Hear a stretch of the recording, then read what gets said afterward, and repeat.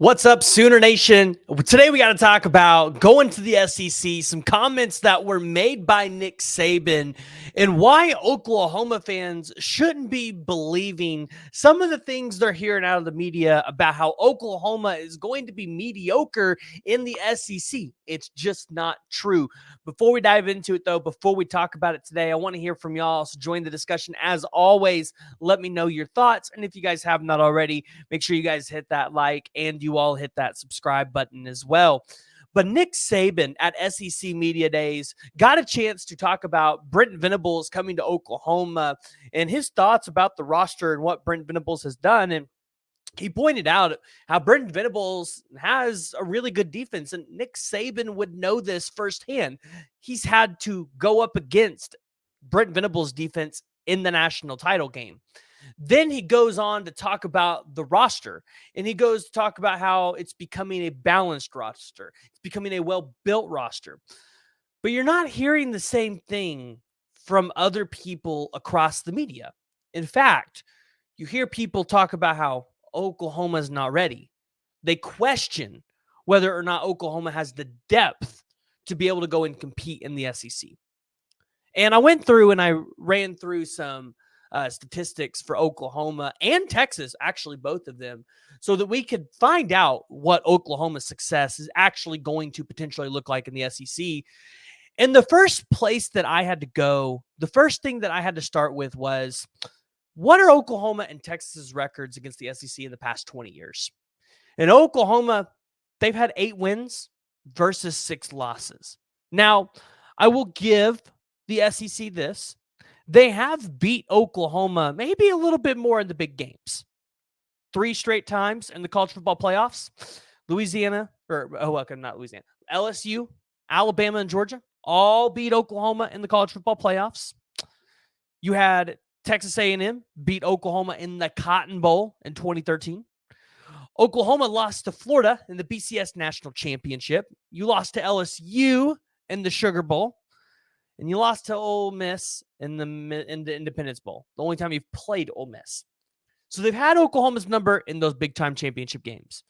But anytime Oklahoma has had to go on the road and play a true road game, look at the Tennessee game back in 2015. Oklahoma won that game.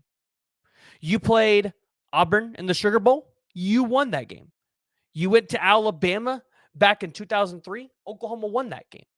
Oklahoma has performed well on the field against the SEC in those hostile environments, the environments that Oklahoma hasn't seen because they're playing in the Big 12. The ones we're told they're not ready for. And then you look at it by decades. Well, Oklahoma, outside of 3, out of the 10 recorded decades all the way back to the 1930s, Oklahoma has only had a losing record in 3 of those decades. And you only played one team in every single one of those decades. So you went 0-1 in 3 decades. That's a pretty good record. That's a 70% win percentage in 10 decades. That's pretty good for Oklahoma. I would say their chances are pretty good.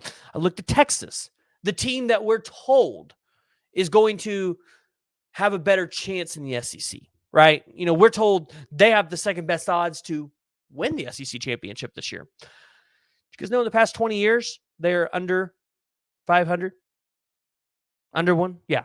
They have 7 wins, 8 losses in the past 20 years against SEC. Now, they've played 15 times, just one more game than Oklahoma against the SEC. So Texas has fared a little bit better. But I look at it and I go, what off the record over the past 20 years makes SEC fans and the media believe that Texas is going to be better? I get that Sark is a coach that comes from the SEC, comes from the Nick Saban, Alabama lineage of head coaches. I get he has been around that conference a little more. But then I said, well, let's take a look at the roster, because Nick Saban talked about the roster being balanced, right? Talking about that roster getting better. And I think that's something that we've talked about a lot, competitive depth. So I went in and I've looked at it, and Tom Green over at Sooners Illustrated had a pretty good article about it back in June, talking about the blue chip ratio, right? We hear a lot about the blue chip ratio and how you got to have a high percentage blue chip ratio to be able to win in the SEC. Here were the top SEC teams. Alabama was at 88%. Georgia was at 80%. Texas A&M was at 79. Do you guys know who was number 4 on that list? It was Oklahoma. Oklahoma was at 73%. Texas, right behind Oklahoma at 72. LSU at 70. Florida at 63. And Auburn is 53. I'm told all the time that you got to have a good blue chip ratio to win a national championship. If Oklahoma has the 4th best blue chip ratio in the SEC, I would presume they have the competitive depth to be able to go in and compete at a high level in the SEC. The squad's not filled up with a bunch of bums like the SEC or the media makes you want to think.